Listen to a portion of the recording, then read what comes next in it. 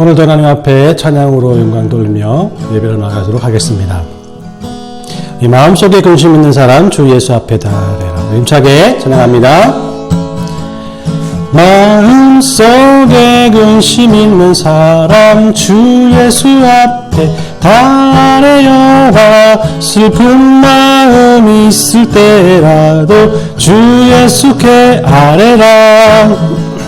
주 예수 앞에 달래어라. 주 우리의 친구님 무엇이나 근심하지 말고 주 예수께 아뢰라.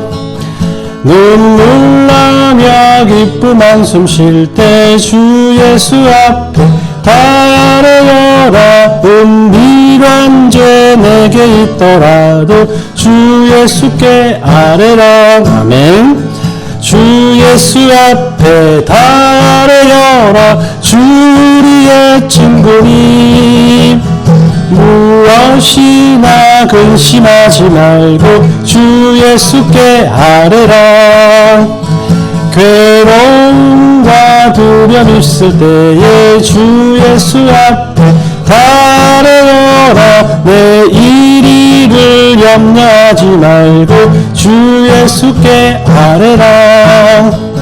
주 예수 앞에 달래어라. 주 우리의 친구니 무엇이나 근심하지 말고 주 예수께 아뢰라. 죽음 앞에 겁을 내는 자여 주 예수 앞에 달래어라. 하늘나라 바라보는 자여 주 예수께 아뢰라. 주 예수 앞에 달래어라. 주 우리의 친구니 무엇이나 근심하지 말고 주 예수께 아뢰라. 주 예수 앞에 달래어라. 주 예수 앞에 달래어라. 주 우리의 친구니 무엇이나 근심하지 말고 주 예수께 아뢰라. 아멘. 주님 보좌 앞에 주님 보좌 앞에 나아가 참된 안식과 기쁨 나 누리겠네.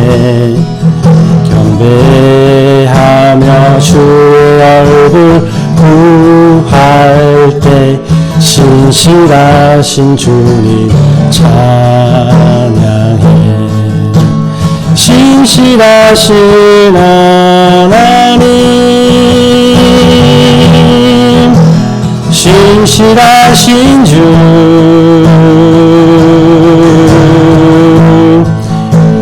나의 주 하나님은 신실하신 주님.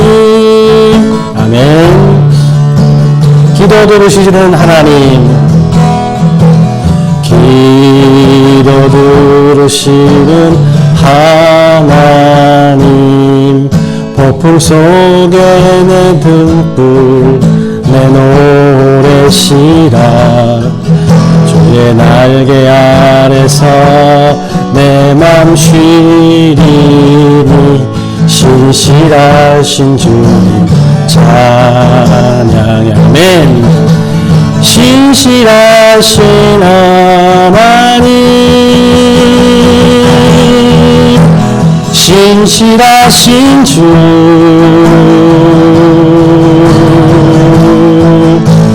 나의 주 하나님은 신실하신 주님. 아멘. 평안을 해주신 하나님 평안 내려주신 하나님 나로 고통받는 자를 위로하게 하소서. 나의 평생에 주의 사랑을 전하리. 신실하신 주님 찬양해. 신실하신 하나님,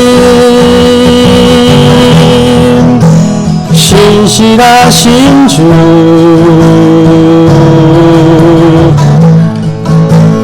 나의 주 하나님은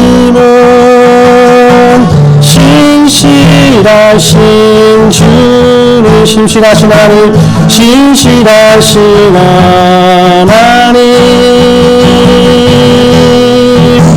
신실하신 주,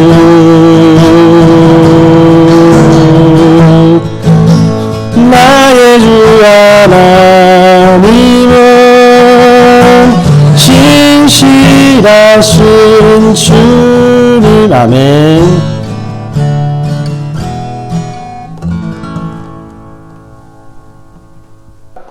사도신경으로 신앙고백 하나님께 올려드립니다. 전능하사 천지를 만드신 하나님 아버지를 내가 믿사오며 그 외아들 우리 주 예수 그리스도를 믿사오니 이는 성령으로 잉태하사 동정녀 마리아에게 나시고 본디오 빌라도에게 고난을 받으사 십자가에 못 박혀 죽으시고 장사한 지 사흘 만에 죽은 자 가운데서 다시 살아나시며 하늘에 오르사 전능하신 하나님 우편에 앉아 계시다가 저리로서 산자와 죽은 자를 심판하러 오시리라.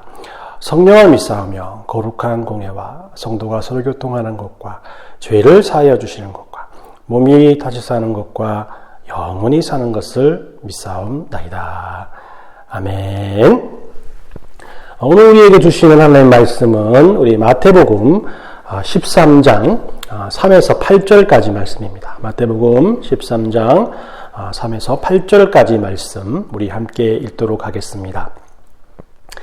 예수께서 비유로 여러 가지를 그들에게 말씀하여 이르시되 씨를 뿌리는 자가 뿌리러 나가서 뿌릴새 더러는 길가에 떨어짐에 새들이 와서 먹어버렸고 더러는 흙이 얕은 돌밭에 떨어짐에 흙이 깊지 아니하므로 곧 싹이 나와 해가 돋은 후에 타서 뿌리가 없으므로 말랐고 더러는 가시떨기 위에 떨어짐에 가시가 자라서 기운을 막았고 더러는 좋은 땅에 떨어짐에 어떤 것은 100배, 어떤 것은 60배, 어떤 것은 30배의 결실을 하였느니라. 아멘. 지난주 우리는 예수님께서 천국에 대해서 말씀을 전하실 때 직접적으로 이야기하시지 않으시고 비유를 통해 말씀하셨다는 것을 살펴보았습니다. 이는 예수님에 대한 믿음을 가진 하나님의 백성들에게만 그 의미를 전달하시려는 예수님의 의도가 담겨 있다라는 것이죠. 즉, 이 복음은 모든 사람들에게 열려 있었으나 천국의 비밀은 믿는 사람들에게만 주어진 비밀이기 때문에 복음을 깨닫고 천국의 비밀을 풀기 위해서는 우리는 하나님에 대한 강력한 믿음을 가져야 한다는 것을 말씀을 통해서 살펴보았습니다. 오늘 읽은 본문은 예수님께서 말씀하신 비유 중에서 가장 널리 알려진 비유 중에 하나인 씨 뿌리는 자의 비유에 대한 겁니다. 이 비유는 예수님 당시 흔히 볼 수 있었던 시골의 풍경을 우리에게 보여주고 있는 것인데, 그런데 우리가 알고 있는 농사법과는 조금 다른 부분들을 우리는 발견할 수가 있습니다. 우리는 보통 씨를 뿌리기 전에 밭에 있는 돌들을 다 걸러내고 또 밭을 갈아서 고랑을 만든 후에 그곳에 씨를 뿌리게 됩니다. 그래서 씨가 이렇게 아무렇게나 다른 곳에 가지 않고 그 고랑 안에, 고랑 위에 있는 그 씨 뿌리는 장소에만 뿌리게끔 되어 있습니다. 그런데 당시 팔레스타인 지역은 땅이 좋지 않았기 때문에 전혀 다른 농사 방법을 따랐다라고 합니다. 밭이라고 해봐야 이 광야와 별반 다를 것이 없는 돌투성이었던 그런 밭이었기 때문에 농부는 그런 땅에 먼저 씨를 뿌립니다. 그렇게 씨를 뿌렸던 그 씨들은 바람에 날려서 여러 곳으로 흩어지게 된다라는 것이죠. 그런 다음 농부는 밭을 일구어서 사람들이 다닐 만한 적당한 그런 길을 만든 후에 그 밭에 뿌려진 씨들이 발화되어서 많은 그 곡식이 될 때까지 기다리는 그런 농사법을 선호했다라고 합니다. 이렇게 뿌려진 씨는 결과적으로 오늘 말씀에 나와 있는 것처럼 길가에도 뿌려지고 돌짝밭에도 뿌려지고 가시덤불에도 뿌려질 수도 있고 또 옥토에도 뿌려질 수 있다는 것이죠. 이 길가에 떨어진 씨는 흙이 단단해서 뿌리를 내릴 수 없습니다. 또 그리고 하늘의 새들이 다 주워 먹어서 자라날 기회가 없다라는 것이죠. 또 자갈밭에 뿌려진 씨는 흙이 얕기 때문에 쉽게 뿌리를 내리지 못하고 말라버린다는 겁니다. 가시밭에 뿌려진 씨는 자라기는 자라는데 가시덤불 때문에 필요한 영양분을 흡수하지 못하기 때문에 열매를 맺지 못한다. 그리고 또 좋은 땅에 뿌려진 씨만이 뿌리를 내고 또 잎사귀가 나고 또 꽃을 피우고 결국 열매를 맺는다라는 그런 비유의 말씀입니다. 예수님께서는 이 비유에 대해서 마태복음 13장 18에서 23절 우리가 읽은 그 말씀 바로 뒤에 있는 말씀에서 그 의미를 제자들에게 상세히 알려주게 됩니다. 이처럼 예수님께서는 당시 많은 사람들이 다 알고 있는 광경을 말씀해 주시면서 천국에 대해서 비유하셨다는 겁니다. 그렇다면 왜 예수님께서는 갑자기 농사 짓는 광경을 많은 사람들에게 말씀을 하시며 천국에 대해서 이야기하신 것일까요? 이 질문에 대답하려면 예수님께서 활동하시던 시대가 지금과는 조금 다른 특별한 시대로 규정할 필요가 있습니다. 그때는 지금과는 달리 예수님께서 직접 사역하셨던 때였다는 것이죠. 예수님을 따르는 사람들은 직접 예수님의 말씀을 들었고 직접 예수님께서 하신 그런 이적과 기적들을 체험했던 시대였다라는 것입니다. 누구나 손만 뻗으면 잡을 수 있는 곳에 예수님께서 살아계셨다는 것이죠. 예수님께서는 이렇게 농사짓는 광경을 자신들이 따라다니는 사람들에게 말씀하시며 그들에게 이해를 돕고 있는 것입니다. 그런데 생각해보면 예수님께서 하신 말씀은 진리이고 하나님의 살아있는 생명의 말씀인데도 불구하고 따르던 사람들이 모두 옥토밭이 되지 않았다라는 사실입니다. 예수님께서 똑같이 천국의 복음을 전하셨는데 왜 결과가 이렇게 다르게 나오는 것일까요? 예수님께서는 바로 이 점을 설명하기 위해서 씨 뿌린 자의 비유를 그들에게 말씀하셨던 것입니다. 예수님의 설명에 따르면 이런 차이는 뿌려진 씨의 문제가 아니라 천국의 말씀을 듣는 사람들이 각각 다른 반응을 나타내었기 때문에 생기는 것이라고 우리에게 설명을 해주고 있습니다. 말씀을 믿는 사람들의 마음의 상태가 각각 다르기 때문에 이와 같은 결과가 나올 수밖에 없다는 것이죠. 이렇게 씨 뿌린 자의 비유가 나타내고자 하는 것은 천국의 비밀이나 천국 그 자체에 대한 설명이라고 하기보다는 천국의 말씀이 우리에게 주어졌을 때 사람들이 어떻게 그것을 받아들이고 간직하고 또 결과적으로 많은 열매를 맺을 수 있는지를 보여주는 것이라고 할 수 있습니다. 그러므로 이 씨 뿌리는 자의 비유는 뒤에 따라오는 천국 비유에 대한 서론적인 이야기라고 할 수 있습니다. 그러면 오늘 읽은 본문을 통해서 예수님께서 말씀하시는 천국의 메시지를 받아들이는 사람들의 마음은 어떤 것들이 있었을까요? 오늘 읽은 이 본문에 대해 뒤따라오는 예수님의 설명을 추가해서 말씀을 나누어 보려고 합니다. 첫 번째로 길가에 뿌려진 씨앗과 같은 마음을 가진 사람들이 있다라는 것이죠. 어떤 사람들은 예수님의 말씀을 듣고 예수님의 행적을 보면서도 그것이 무엇인지 전혀 이해하지 못하고 무감각한 상태로서 그냥 지나쳐 버렸습니다. 이들도 역시 예수님을 따라다녔던 사람들이었다라는 것이죠. 예수님을 직접 만났고 그의 말씀을 들었고 또 예수님의 이적과 기적을 직접 보았지만 사탄이 와서 그 말씀을 빼앗아갔다라고 마태복음 13장 18절에서 예수님께서 설명해 주십니다. 이 사람들이 예수님을 따라가는 것은 예수님의 가르침이 어디에서도 들어본 적이 없는 아주 신기하고 놀라운 말씀이었기 때문이죠. 그러나 때로는 이 말씀이 화근이 되어서 핍박과 환난이 그들에게 밀어닥치게 되고 이때에 공중의 새와 같이 악한 세력들이 그들의 마음을 빼앗아가서 열매를 맺지 못하게 했다라는 겁니다. 우리가 처음으로 천국의 복음을 받아들였을 때는 이와 같은 고난을 체험하게 되어 있습니다. 왜냐하면 천국은 그만큼 세상과는 이질적인 것이기 때문이죠. 이런 어려움을 견디지 못하고 예수님께서 뿌리신 천국의 말씀을 포기한다면 그 마음은 열매를 맺기는커녕 아직도 제대로 성장하지 못하고 끝나버리는 안타까운 마음밭을 가진 사람들이라고 할 것입니다. 두 번째로 깨달지 못하는 자가 있다라고 말씀하십니다. 길가에 씨앗이 뿌려진 사람들은 예수님을 따라다니면서 예수님께 호감을 가지고 천국에 대해서도 관심을 가지는 사람들이긴 하나 이미 악한 세력들에 의해서 마음이 빼앗긴 어떤 면에서는 믿음이 없는 사람들이라고 할 것입니다.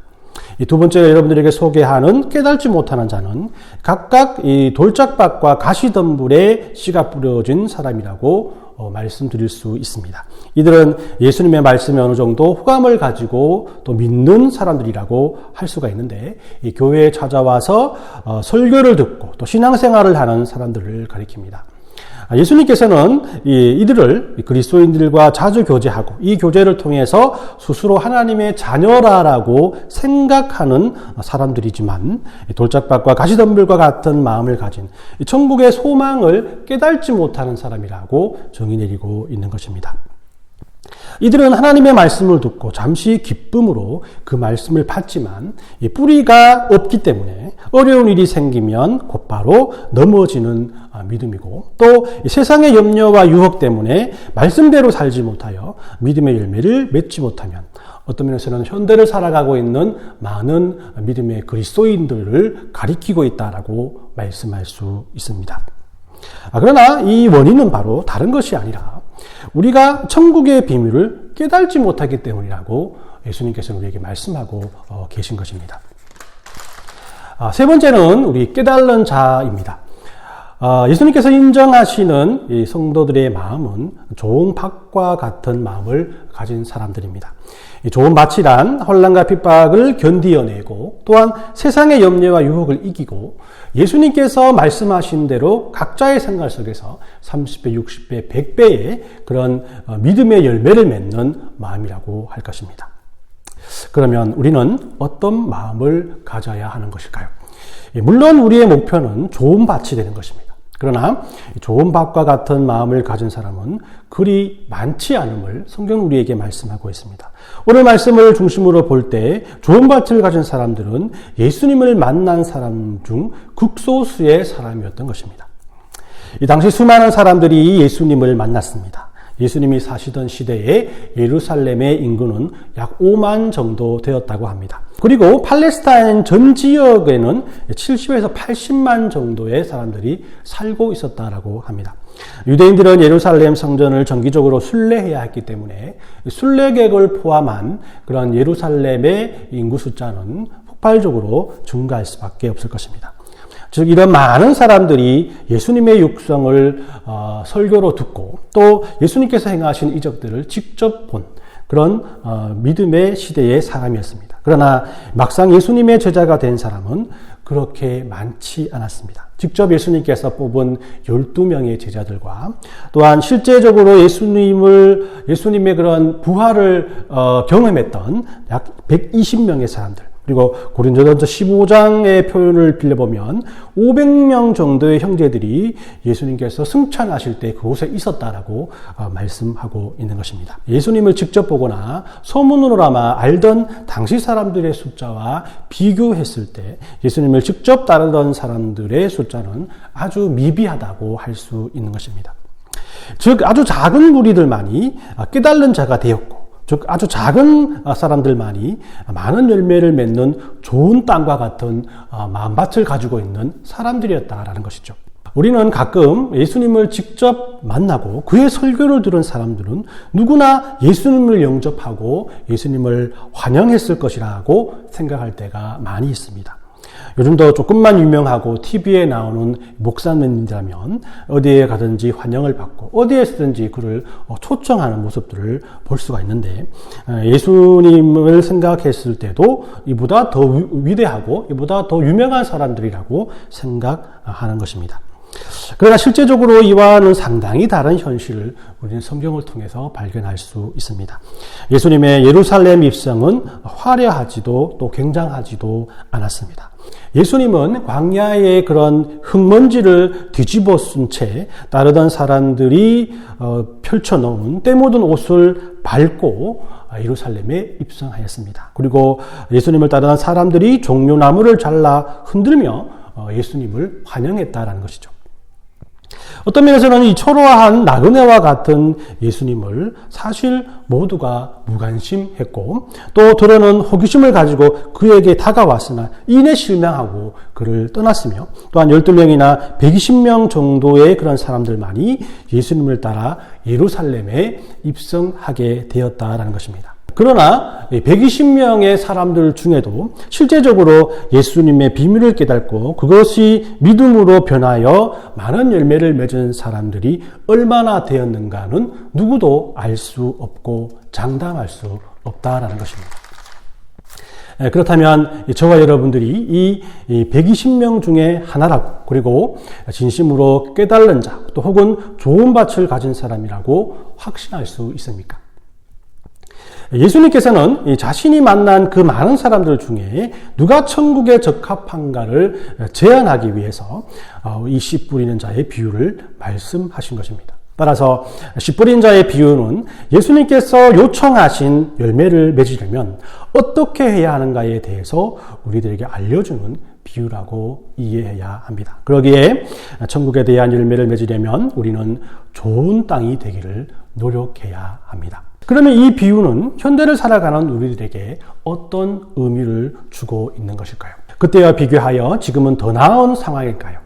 이 물음의 대답은 솔직히 지금이나 그때나 큰 차이가 없다라는 것입니다. 오늘날 대부분의 사람들은 전도자의 외치는 복음을 귀담아 듣지 않습니다. 믿는 성도들도 수많은 목회자들을 통해서 그리고 직접 성경을 보면서 예수님의 말씀을 듣습니다. 교회의 울타리 안에서 수만 명의 사람들이 예수님을 보고 듣고 만지고 온갖 집회에 참석하며 천국의 말씀을 듣지만 그것이 뿌리 내려 열매를 맺기는 굉장히 힘들다라는 것입니다. 왜냐하면 길가에 떨어진 씨처럼 우리에게 심기운 천국의 말씀을 빼앗아가는 존재가 있기 때문이고 또 가시밭에 떨어진 씨앗처럼 천국의 비밀을 끝내 깨달지 못하고 결별할 수 있는 우리들의 마음속에 있는 욕심과 또 정욕이 우리 마음속에 항상 간직되어 있기 때문입니다. 오늘도 예수님의 말씀을 듣는 사람들 중 극히 일부만이 이렇게 좋은 땅의 풍요로운 은혜를 체험할 수밖에 없습니다. 그러므로 우리에게는 예수님을 믿고 따르는 믿음이 있어야 합니다. 그래야 비로소 씨 뿌린 자의 비유를 음미할 자격이 생기는 것입니다. 앞으로 우리가 살펴볼 많은 천국의 비유 속에 숨겨진 천국의 비밀을 누릴 수가 있는 것입니다. 예수님에 대한 믿음만이 우리들의 영적인 눈을 밝혀줘서 어떤 것이 환난이고 또 어떤 것이 시험인지를 분명하게 알게 하고 그것을 인내하는 큰 힘을 우리에게 불어넣어 줄 것이기 때문입니다.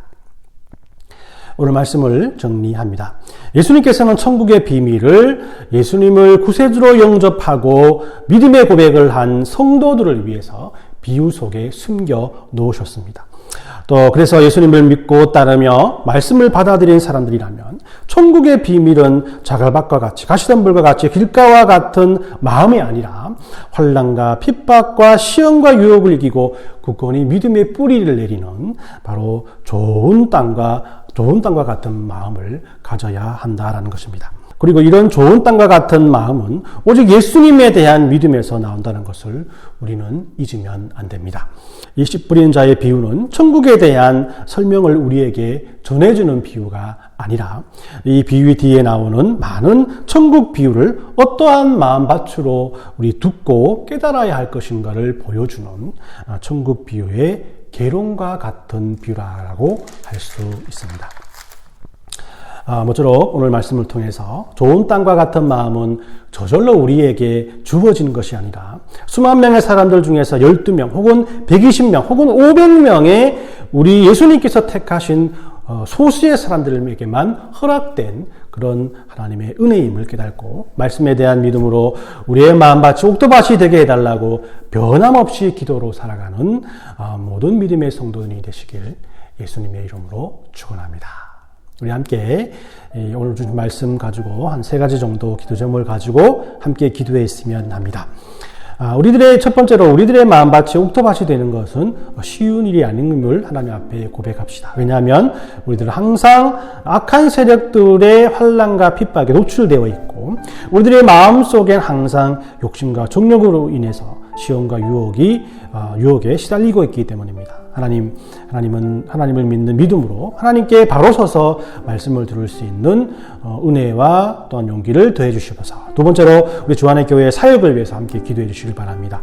우리에게 주어진 환경에 굴하지 않고 우리에게 맡겨진 귀한 사명 잘 감당할 수 있는 지혜와 믿음 달라고 또 저와 저희 가정을 위해서 그리고 교회를 돕는 성도들의 영역 간의 강건함을 위해서 함께 기도해 주시고 마지막으로 여러분들 막힌 문제와 기도 제목을 위해서 이 시간 잠시 함께 기도하고 제가 마침 기도하겠습니다. 우리 함께 기도하겠습니다. 하나님 그렇습니다. 하나님의 은혜와 사랑을 생각할 때 하나님께서 우리에게 주시는 귀한 천국의 그런 은혜와 사랑들을 우리가 꽤 많이 기다리지 못했을 말씀을 통해서 우리에게 주심이 감사합니다.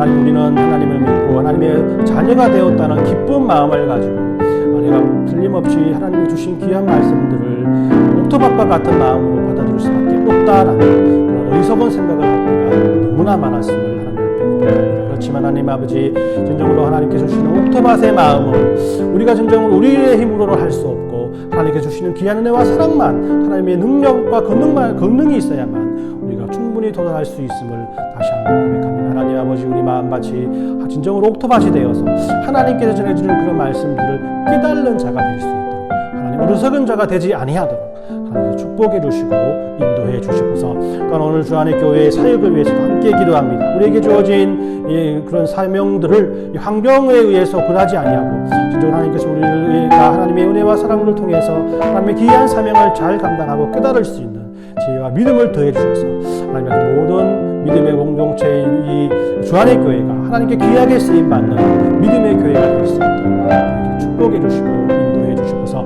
오늘도 귀한 믿음의 열매를 가지고 하나님 앞에 막힌 문제와 기도 제목을 가지고 함께 기도합니다. 우리에게 하나님의 은혜와 사랑이 없이는 하나님 앞에 나갈 수 없는 어리석은 존재이기에 우리에게는 용기와 우리에게는 바로 설 수 있는 그런 믿음이 없기에 하나님 앞에 아래 있는 것이 아니겠습니까?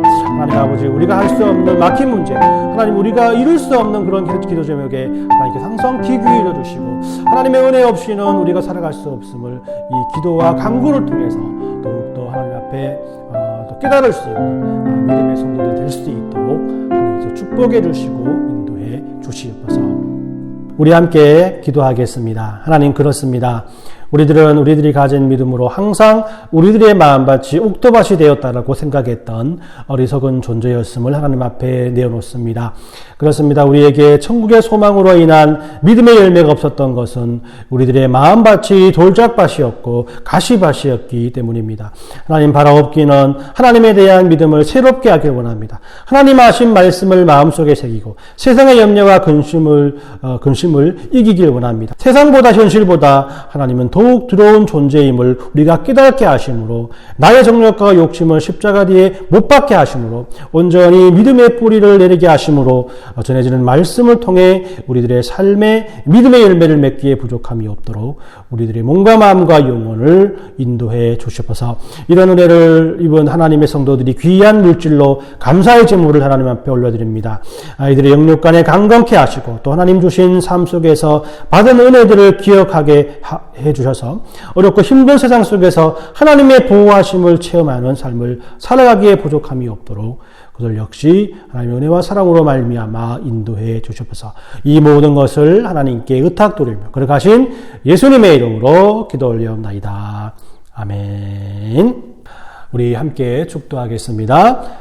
지금은 우리 주 예수 그리스도의 은혜와 하나님 아버지의 사랑하심과 성령의 교통하심이 옥토박 같은 마음으로 예수님 주신 천국의 비밀을 알고 또 열매 맺길 바라는 모든 성도들의 머리 위에와 가정과 직장 가운데, 그리고 우리 주 안의 교회를 섬기는 모든 믿음의 성도들 머리 위에 지금부터 영원까지 함께 있을지어다. 아멘.